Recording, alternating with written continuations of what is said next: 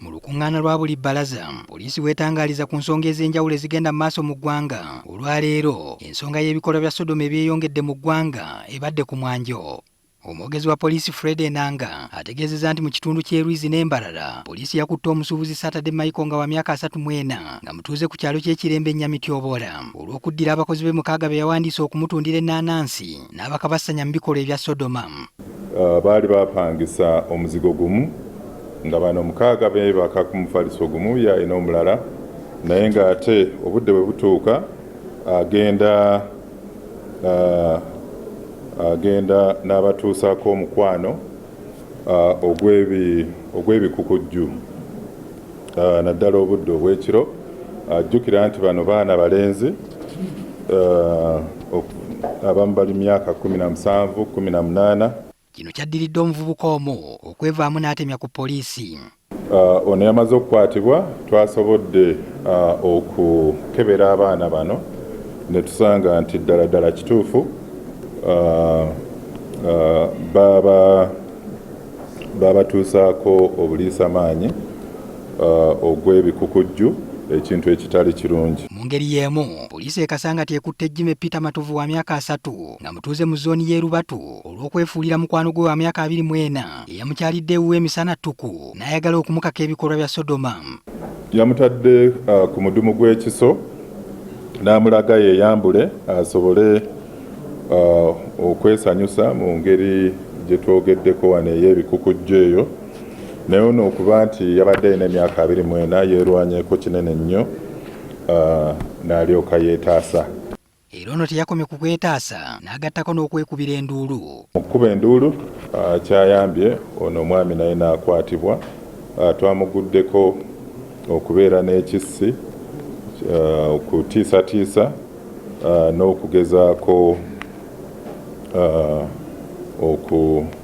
okutuusa obuliisamaanyi ku munneewe. Poliisi erezza erondoola ku mikutu emigattabantu n'ekizuula nga waliwo abantu abeeyongera okuvaayo ne batandika okwoleka obutambi obw'abaana abato okuviira ddala ku myaka 3 nga batendekebwa ebikolwa ebya Sodoma.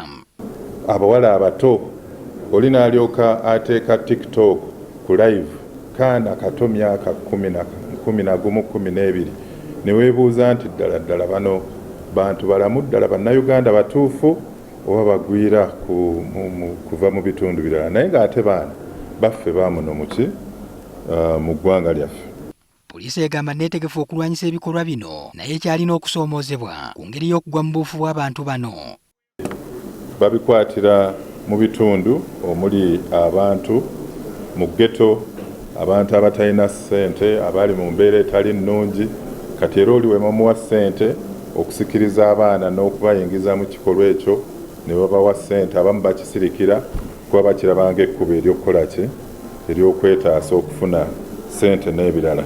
Sabbiiti ewedde minisita omubeezi ow'ebyamakolero era nga yali musaale nnyo mu kuleeta etteeka erirwanyisa ebisiyaga mu 2009 yatutegeezezza nga bwe waliwo ebibiina eby'obwannakyewa ebisoba mu 30 ebitumbula omuze guno.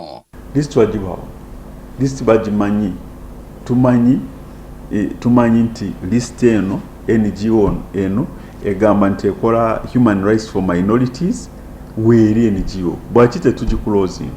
Tubuuziza poliisi obanga waliwo okunoonyereza kwonna okukolebwa.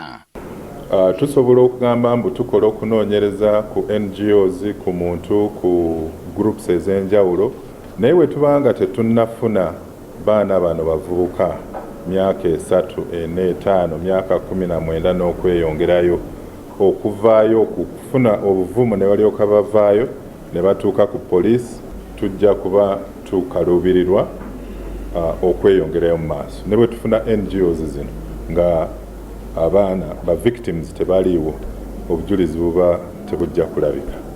Wiiki y'emu ewedde omukulembeze w'eggwanga ssaako n'ekibiina ekitaba enzikiriza ez'enjawulo baavaayo okuvumirira omuze guno. Ekisinga okweraliikiza mu kiseera kino kwe kubanga waliwo abeefunyiridde okutwala omuze guno mu masomero. Patrick Ssenyondo, NTV Akawungeezi.